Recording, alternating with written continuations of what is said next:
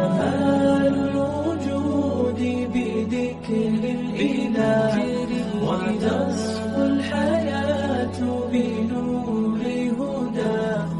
جمال الوجود بذكر الإله وتصفو الحياة بنور هدى.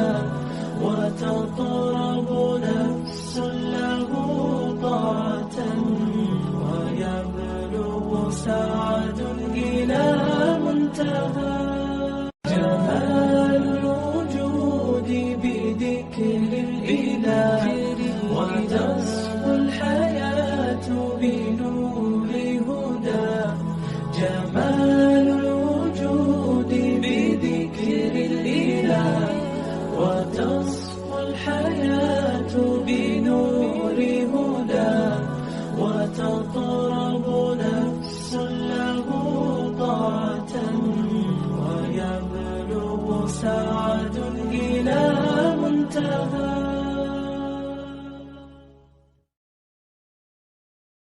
الحمد لله وحده والصلاة والسلام على من لا نبي بعده. فأعوذ بالله من الشيطان الرجيم. بسم الله الرحمن الرحيم. رب اشرح لي صدري ويسر لي أمري واحلل عقدة من لساني يفقه قولي. ربي زدني علما ربي زدني علما ربي زدني علما اللهم ربي زدني علما. بسم الله الرحمن الرحيم. لقد كان لكم في رسول الله اسوۃ حسنہ. تمام قسم کی حمد و ثنا کبریائی بڑائی اللہ وحدہ لا شریک کے لیے لائق و زیبا ہے. سبحان اللہ و بحمدہ سبحان اللہ العظیم.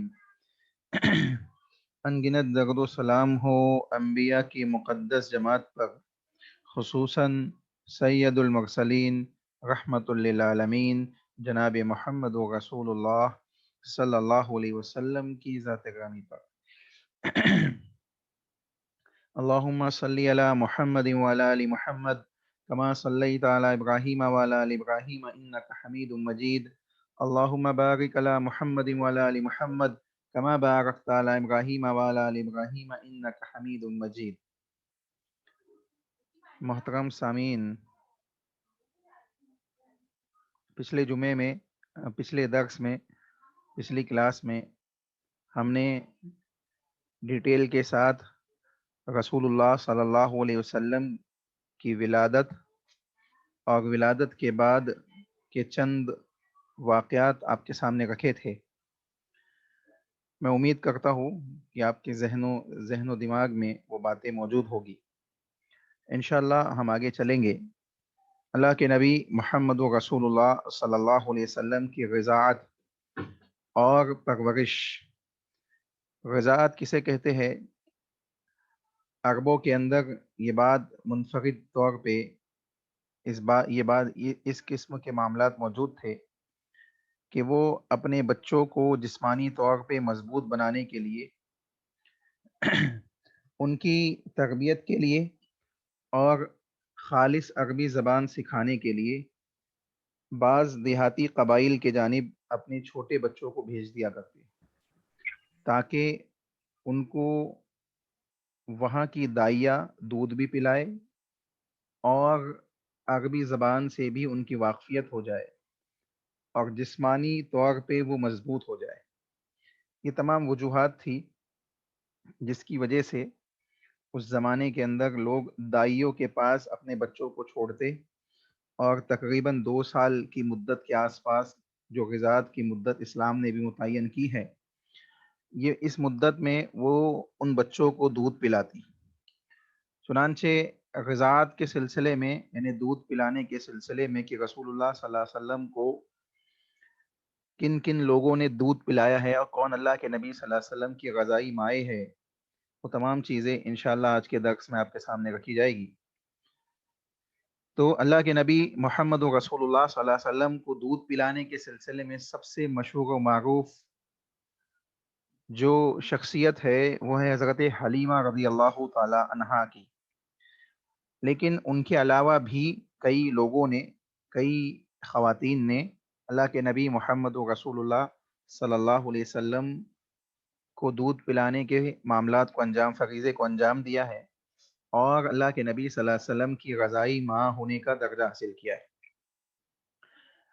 اور رسول اکرم صلی اللہ علیہ وسلم کی حقیقی والدہ یعنی حضرت آمنہ یہ سب سے پہلی خاتون ہیں جنہوں نے رسول اللہ صلی اللہ علیہ وسلم کو دودھ پلایا۔ آئیے انشاءاللہ اس ڈیٹیل کو ان باتوں کو انشاءاللہ ہم ڈیٹیل سے سنتے ہیں تاکہ بات واضح طور پہ سمجھ میں آئے۔ رسول اللہ صلی اللہ علیہ وسلم کو سب سے پہلے دودھ پلانے والی آپ کی والدہ ماجدہ ہے۔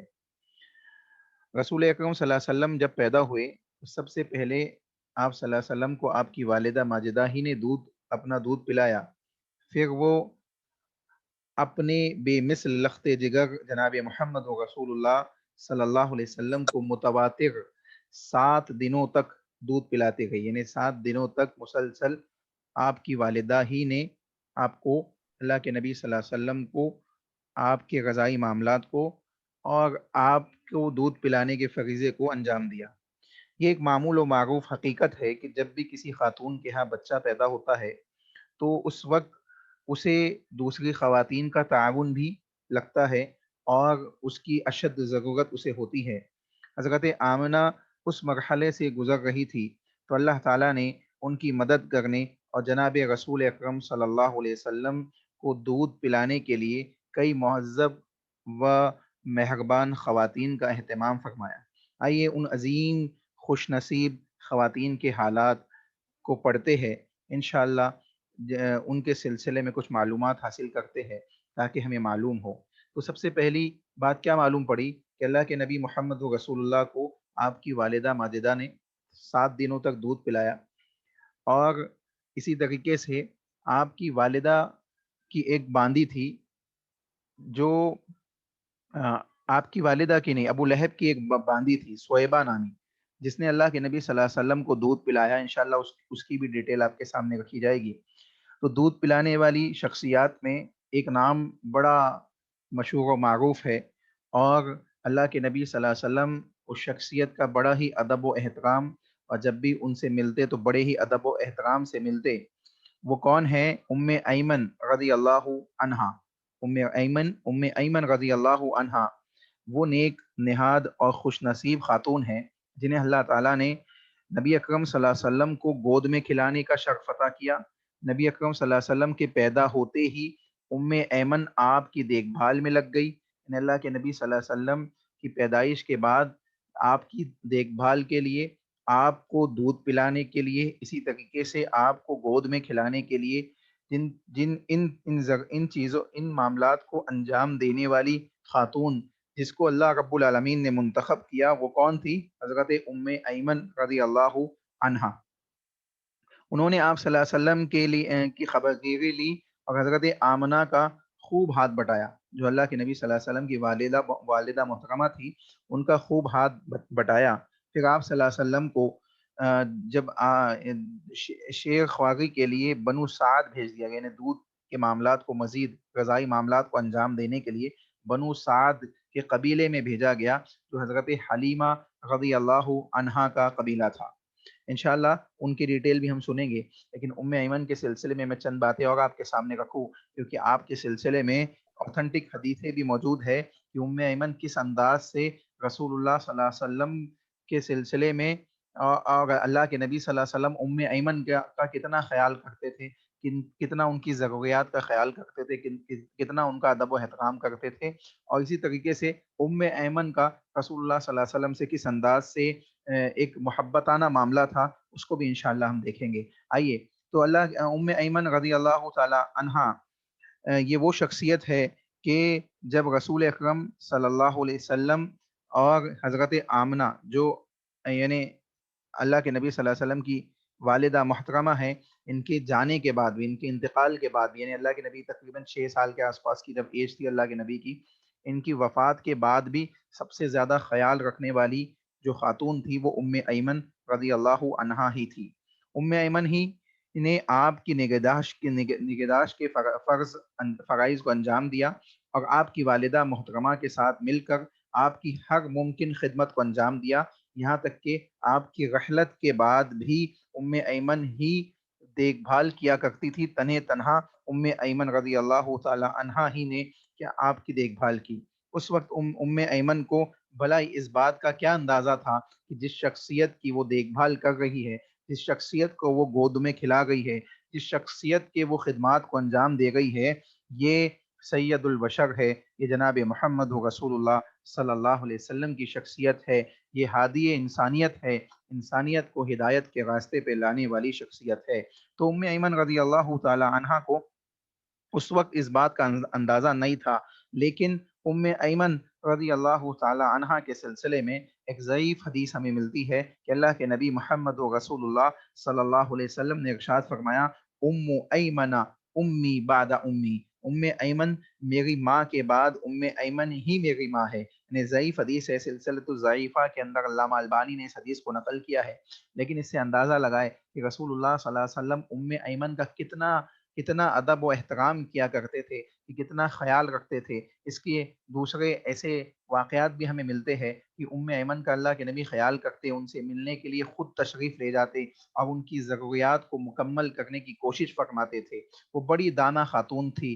حضرت انس رضی اللہ تعالیٰ عنہ بیان کرتے ہیں، اللہ کے نبی صلی اللہ علیہ وسلم کی وفات کے بعد، اللہ کے نبی صلی اللہ علیہ وسلم کی وفات کے بعد کا ایک واقعہ بیان کرتے ہیں کہ ایک دن ابو بکر صدیق رضی اللہ تعالیٰ عنہ اور عمر بن خطاب رضی اللہ تعالیٰ عنہ یہ دونوں ایک جگہ جمع ہوئے، تو ابو بکر صدیق نے حضرت عمر رضی اللہ تعالیٰ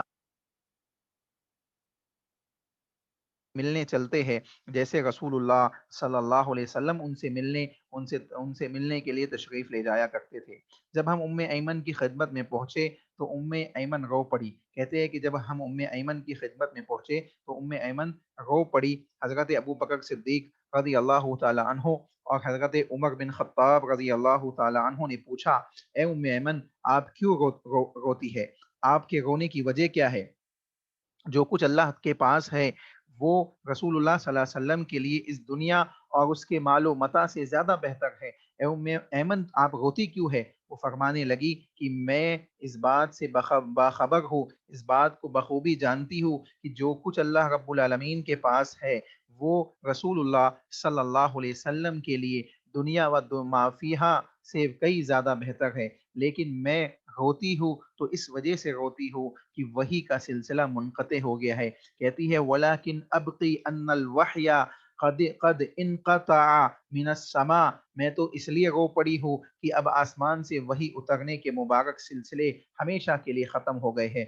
ایمن کی یہ بات سن کر حضرت ابو بکر صدیق رضی اللہ تعالی عنہ اور حضرت عمر بن خطاب رضی اللہ تعالی عنہ بھی بے اختیار رو پڑے۔ چنانچہ معلوم صحیح مسلم کی حدیث ہے، صحیح مسلم کے اندر امام مسلم رحمہ اللہ علیہ نے اس حدیث کو نقل کیا ہے، اس سے بات معلوم پڑتی ہے کہ ایمن رضی اللہ تعالی عنہا وہ شخصیت ہے کہ جن کا دلی لگاؤ رسول اللہ صلی اللہ علیہ وسلم سے جڑا ہوا تھا۔ آپ اللہ کے نبی صلی اللہ علیہ وسلم کی رضائی ماں بھی تھی، اور اللہ کے نبی محمد رسول اللہ صلی اللہ علیہ وسلم خود بھی ایمن کا بڑا ہی ادب و احترام کیا کرتے تھے۔ ٹھیک ہے، اسی طریقے سے ان خواتین میں جنہوں نے اللہ کے نبی صلی اللہ علیہ وسلم کو دودھ پلایا، ان میں حضرت سویبہ رضی اللہ تعالی عنہ، حضرت سویبہ بھی موجود ہے۔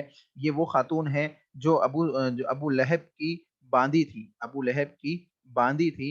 آمنہ، حضرت آمنہ کے علاوہ رسول اللہ صلی اللہ علیہ وسلم کے ابتدائی دنوں کے اندر ابو لہب کی لونڈی، ابو لہب کی باندی سویبہ نامی نے بھی آپ کو دودھ پلایا۔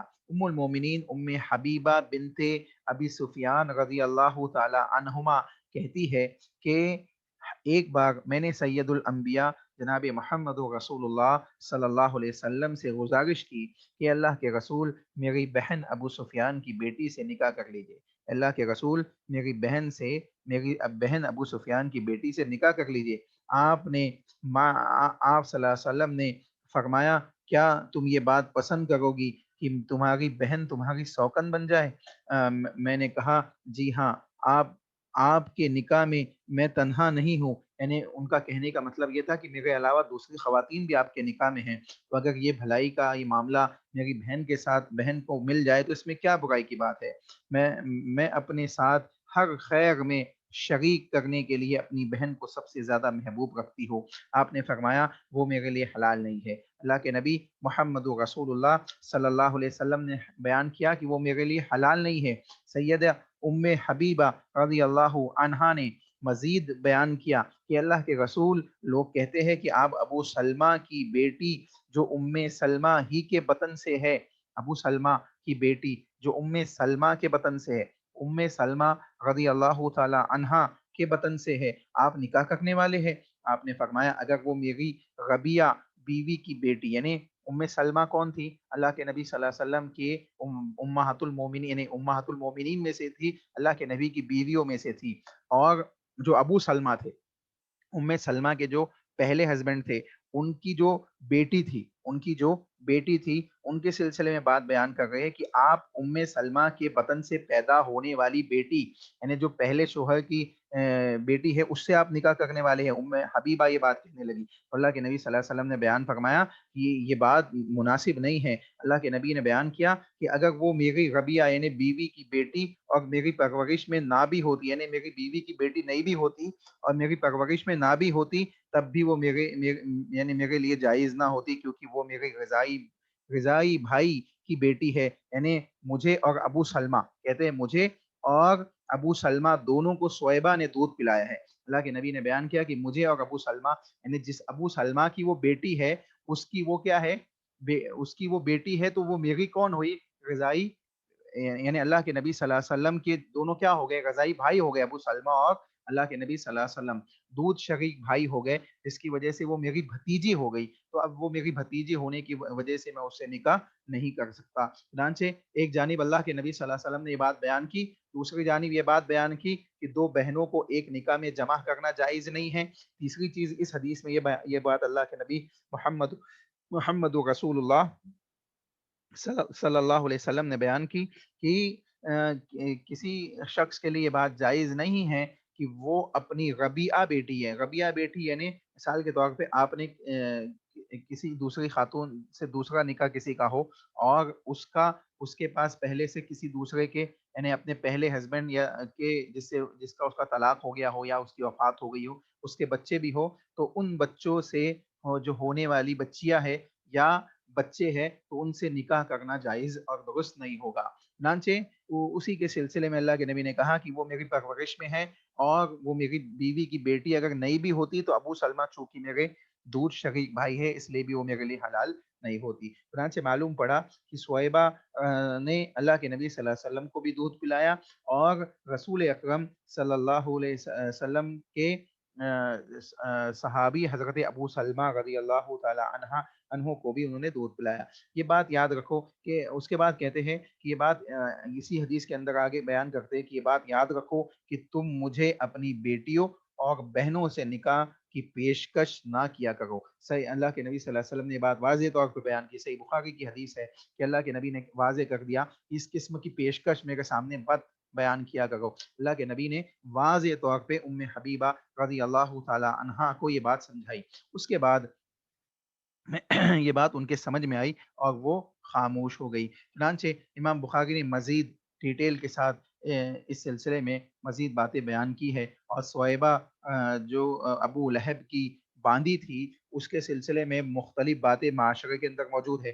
بعض لوگ عید میلاد النبی کے موقع پہ حضرت سویبہ کی آزادی کو دلیل بنا کر اس بات کو پیش کرتے ہیں کہ ابو لہب نے اللہ کے نبی کی پیدائش پہ خوشی مناتے ہوئے حضرت سویبہ کو آزاد کر دیا اور یہ عید میلاد النبی کی دلیل ہے۔ تو اس قسم کی باتوں کو بیان کرنا یہ یقینی طور پہ ایسی بات ہے جو لا علمی والی بات ہے، یعنی ایک ایسا شخص جس کے پاس علم نہیں ہے، جہالت موجود ہے، وہی ایسی باتیں کرے گا۔ کیوں؟ کیونکہ اللہ کے نبی صلی اللہ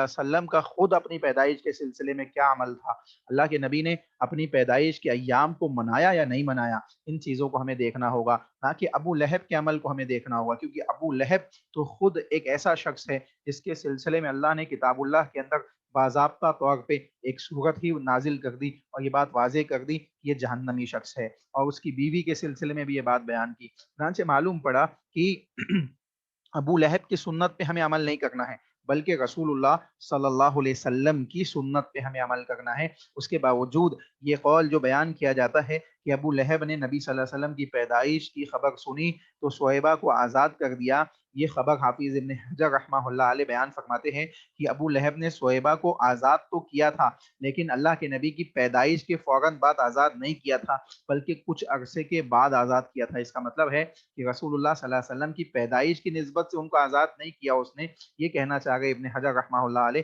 بہرحال اگر پیدائش کی نسبت سے بھی آزاد کیا ہو تب بھی وہ عید میلاد النبی کی دلیل نہیں بنتی ہے، اس قسم کی دلیل کو لینا یہ فضول کی بات ہے۔ چنانچہ معلوم پڑا کہ رسول اللہ کی سنت اور اسی طریقے سے صحابہ کے عمل کو دیکھا جائے گا، نہ کہ ابو لہب کے عمل کو دیکھا جائے گا۔ کیوں؟ کیونکہ اللہ رب العالمین نے کتاب اللہ کے اندر جو پیمانہ دیا، سورۃ النساء کی آیت نمبر 59 میں اللہ رب العالمین نے بیان کیا، فَإِن تَنَازَعْتُمْ فِي شَيْءٍ فَرُدُّوهُ إِلَى اللَّهِ وَالرَّسُولِ، کہ اگر تم میں کوئی تنازع ہو جائے، کوئی اختلاف ہو جائے تو اس اختلاف کو، اس تنازع کو، اس معاملے کو اللہ اس کے رسول کی طرف لوٹا دو، اور جیسا جو فیصلہ وہاں سے مل جائے اس کو کیا کرو؟ قبول کر لو، ایکسپٹ کر لو۔ چنانچہ معلوم پڑا کہ یہ بات درست نہیں ہے، اور اس بات کو دلیل بنا کر عید میلاد النبی یا اس قسم کے دوسرے جلوس نکالنا درست بات نہیں ہے۔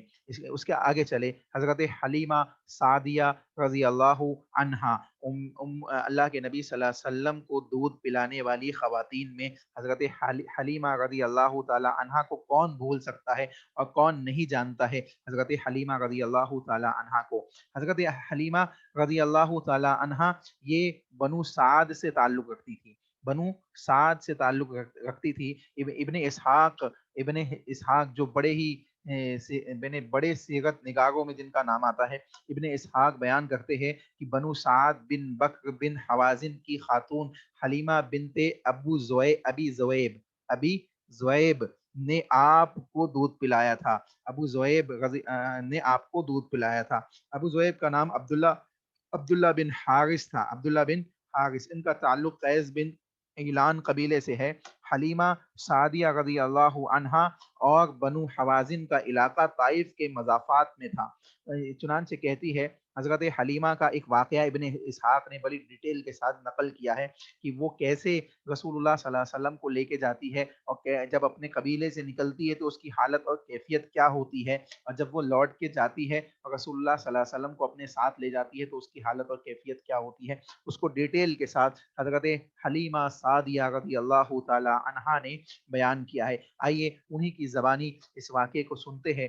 ابن اسحاق نے اس واقعے کو باضابطہ طور پہ بیان کیا ہے، سیرت ابن اسحاق کے اندر بھی نقل کیا ہے۔ چنانچہ کہتے ہیں کہ حلیمہ سعدیہ رضی اللہ عنہا جو رسول اللہ صلی اللہ علیہ وسلم کی غذائی ماں تھی، ابن اسحاق بیان کرتے ہیں کہ ان کی سعدیہ رضی اللہ تعالی عنہا کی زبانی اس غزات کی تفصیل اس طرح بیان کی ہے۔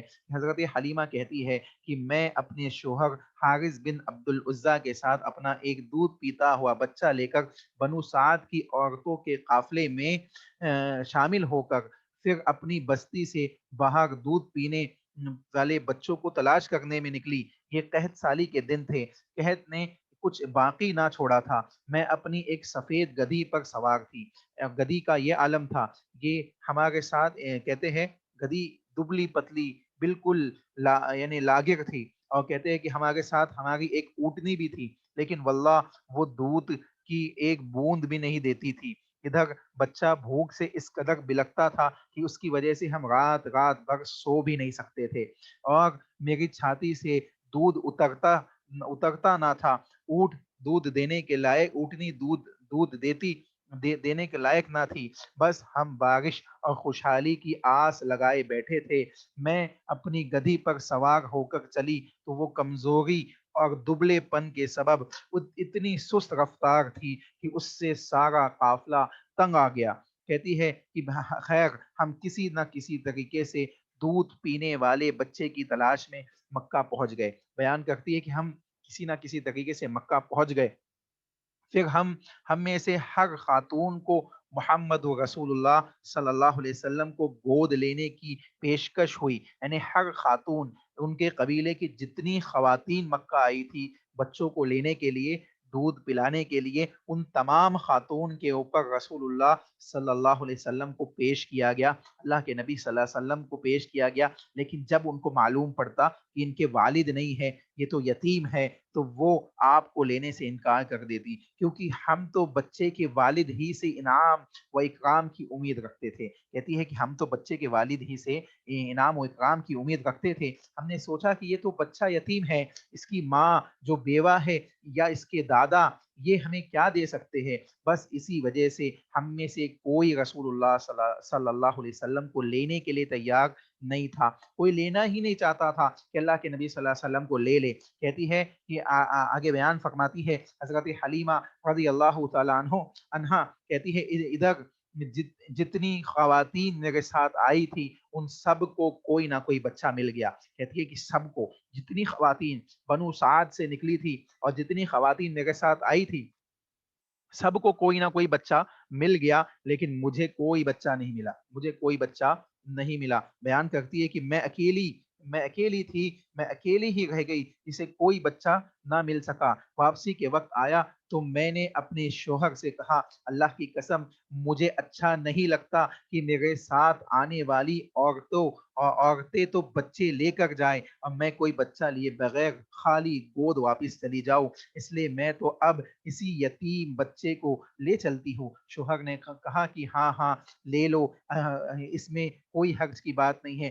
ممکن ہے کہ اللہ تعالیٰ اسی میں ہمارے لیے خیر و برکت ڈال دے۔ کہتے ہیں کہ اس کے بعد میں نے محمد رسول اللہ صلی اللہ علیہ وسلم کو لیا، اور اس بنا پر لیا کہ ہمیں کوئی بچہ نہیں ملا تھا، یعنی کوئی دوسری بنا وہ نہیں تھی، بلکہ یہ ایک مجبوری کے تحت اللہ کے نبی صلی اللہ علیہ وسلم کو اپنے گود میں اٹھاتی ہے، اور اس نیت سے کہ اب کوئی بچہ نہیں ملا ہے، یہی اکیلے بچے ہوئے ہیں اور ایک جانب میں بچی ہوں جسے کوئی بچہ نہیں ملا ہے، چنانچہ میں اسی کو لے لیتی ہوں۔ جب میں اس بچے کو لے کر مکہ کے قریب اپنے ٹھکانے پہ پہنچی، اصل میں یہ مکہ پہنچے تو مکہ آنے سے پہلے مکہ کے نزدیک میں جو ٹینٹ ڈال کر اپنے ٹھکانوں کو انہوں نے بنایا ہوا تھا، جب بچے لے کے اپنے ٹھکانے پہ واپس پہنچی تو بیان کرتی ہے کہ میں ٹھکانے پر واپس آئی اور اسے اپنی آغوش میں لے کر بیٹھی تو میری چھاتی میں دفاتن دودھ جھلکنے لگا۔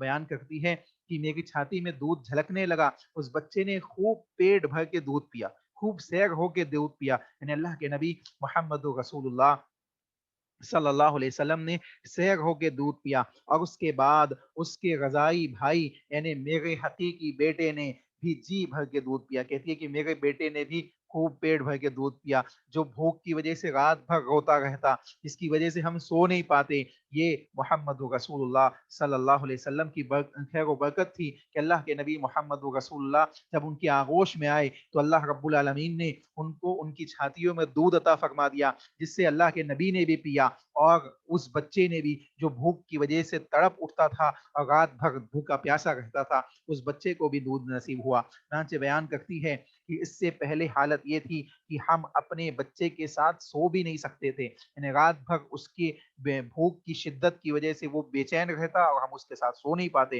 ادھر میرے شوہر اونٹنی دھونے گئے تو دیکھا کہ اس کے تھن میں دودھ لبریز ہونے لگا ہے۔ کہتی ہے کہ اونٹنی جو دودھ دینے لائق نہیں تھی اس میں بھی دودھ لبریز آ چکا ہے۔ انہوں نے اتنا دودھ دھوا کہ ہم دونوں نے خوب جی بھر کے دودھ پیا، خوب جی بھر کے دودھ پیا۔ اس کے بعد بیان کرتی ہے کہ پھر بڑے آرام سے رات گزری، صبح ہوئی تو میرے شوہر نے کہا حلیمہ اللہ کی قسم تم نے بڑی بابرکت روح حاصل کی ہے۔ حضرت حلیمہ رضی اللہ تعالی عنہا کے شوہر بیان کرتے ہیں کہ حلیمہ تم نے بڑی بابرکت روح حاصل کی ہے۔ اس کے بعد میں نے کہا کہ آپ ٹھیک کہتے ہیں، میرا بھی یہی خیال ہے کہ یہ بچہ بہت بابرکت ہے۔ آپ دیکھیں رسول اللہ صلی اللہ علیہ وسلم کے سلسلے میں حضرت حلیمہ سعدیہ رضی اللہ تعالی عنہا یہ پورا واقعہ بیان کرتی ہے۔ اس کے بعد ہمارا قافلہ روانہ ہوا۔ کہتی ہے کہ اس کے بعد ہم نکلے، میں نے اس بچے کو گود میں لیا اور اپنی خستہ حال دبلی پتلی گدی پر بیٹھ گئی۔ اللہ کی قسم وہی مریل گدی، وہی مریل گدی جس کی ٹانگیں بالکل کاپتی تھی، جو دبلی سکڑی تھی، وہ اب پورے قافلے کا راستہ کاٹ کر اس تیزی کے ساتھ، رفتاری کے ساتھ آگے نکل گئی کہ قافلے کا کوئی گدھا اس کے گرد کو نہیں پہنچ پا سکا، یعنی نہ پہنچ سکا۔ میری سہیلیہ حیران ہو کر مجھ سے کہنے لگی، اے ابو زویب، اے ابو زویب کی بیٹی، اے ابو زویب کی کہتی ہے، اے ابو زویب کی بیٹی، کیا یہ ذرا یہ ہم پر مہربانی فرما کر بتا کہ کیا یہ تیری وہی گدی ہے جس پہ تو سوار ہو کے یہاں آئی تھی، مکہ میں داخل ہوئی تھی؟ میں نے جواب دیا کہ ہاں ہاں واللہ، اللہ کی قسم یہ وہی گدی ہے۔ وہ کہنے لگی، ہو نہ ہو اس کے ساتھ ضرور کوئی خاص بات پیش آئی ہے۔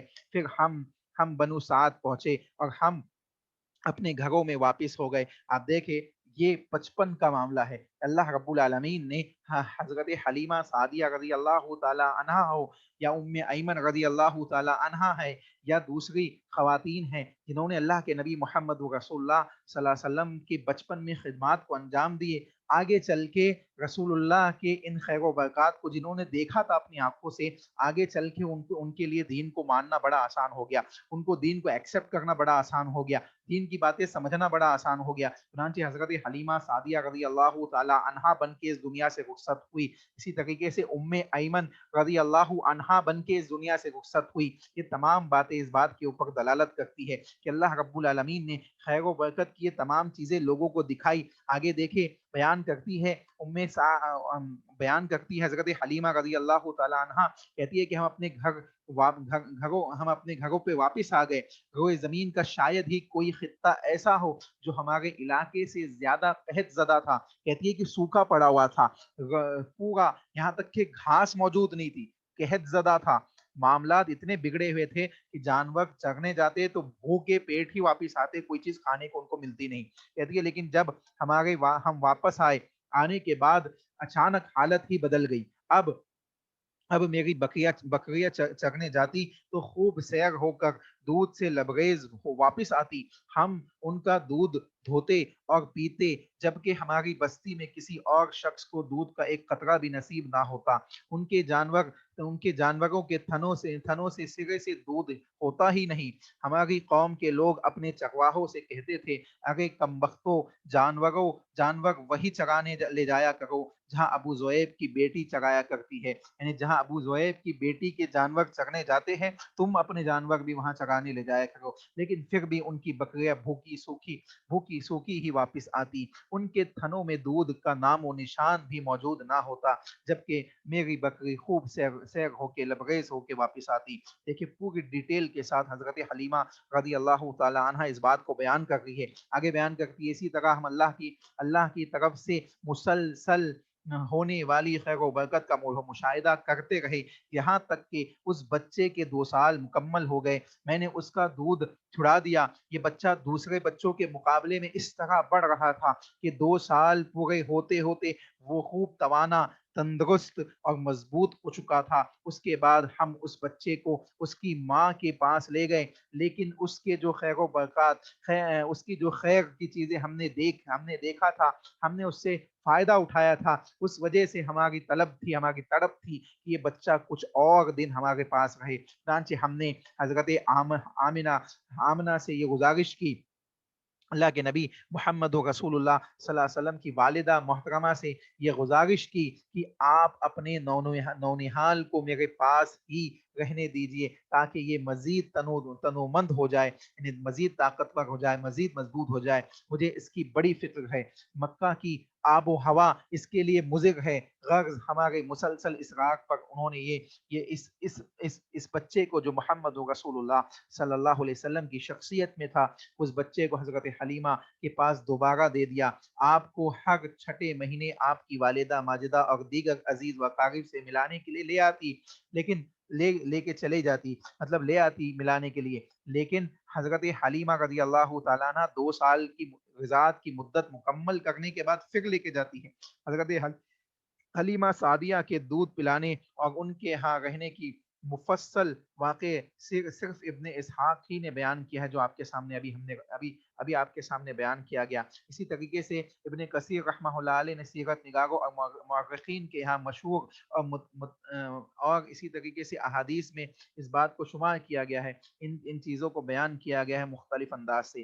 تاہم سیرت ابن ہشام کے محققین اور شیخ ناصر الدین البانی رحمہ اللہ علیہ نے اس واقعے کی سند کو جہم کے مجہول ہونے کی وجہ سے ضعیف بھی قرار دیا ہے۔ بہرحال واقع سیرت نگاروں نے کثرت کے ساتھ بیان کیا ہے، اس سے معلوم پڑتا ہے کہ یہ رسول اللہ صلی اللہ علیہ وسلم کے خیر و برکات، اللہ کے نبی محمد رسول اللہ صلی اللہ علیہ وسلم کے فضائل، اور اللہ کے نبی صلی اللہ علیہ وسلم کی ان چیزوں کو، یعنی جو اللہ رب العالمین کی جانب سے لوگوں کے سامنے اللہ نے واضح کی، باضابطہ طور پہ بیان کی گئی۔ اسی طریقے سے حضرت حلیمہ سعدیہ رضی اللہ تعالی عنہا کی رضاعت کی مدت کے سلسلے میں بھی اہل علم کے درمیان اختلاف ہے۔ بعض لوگوں نے 4 سال، بعض لوگوں نے 5 سال لکھا ہے، لیکن بعض لوگوں نے، ابن اسحاق وغیرہ نے اس کو 3 سال، یعنی 3 اور 4 سال کے درمیان کے واقعے کو بیان کیا ہے۔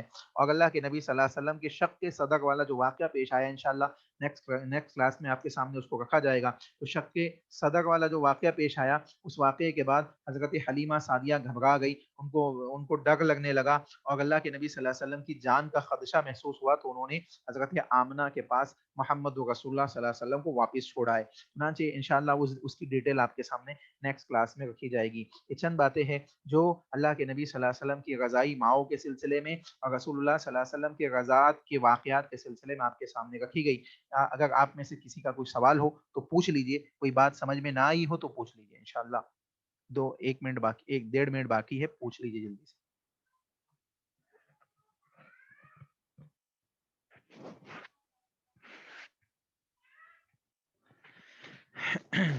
جی، کسی کا کوئی سوال ہے؟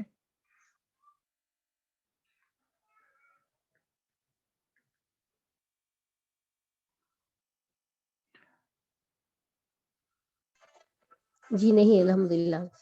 جی جزاک اللہ خیر، سمجھ میں آ گئی سب کو بات؟ جی الحمدللہ۔ جزاک اللہ خیر۔ دیکھیے، تو کیا پتہ چلا کہ اللہ کے نبی صلی اللہ علیہ وسلم کو دودھ پلانے والی خواتین میں صرف حضرت حلیمہ ہی نہیں ہے، حضرت حلیمہ رضی اللہ تعالی عنہا ہی نہیں ہے، بلکہ آپ کی والدہ ماجدہ کے ساتھ ساتھ ام ایمن رضی اللہ تعالی عنہا، اسی طریقے سے محترمہ سویبہ، اسی طریقے سے ام فروہ نامی ایک خاتون کا بھی نام بعض لوگوں نے ذکر کیا ہے۔ بہرحال ہاں، اسی طریقے سے حضرت حلیمہ سعدیہ رضی اللہ تعالی عنہا، یہ چند نام ہے جو جس کی ڈیٹیل آپ کے سامنے رکھی گئی۔ دعا پڑھ لیجئے۔ سبحانک اللہم ربنا بحمدک، اشہد ان لا الہ الا انت، استغفرک و اتوب الیک۔ والسلام علیکم ورحمۃ اللہ وبرکاتہ۔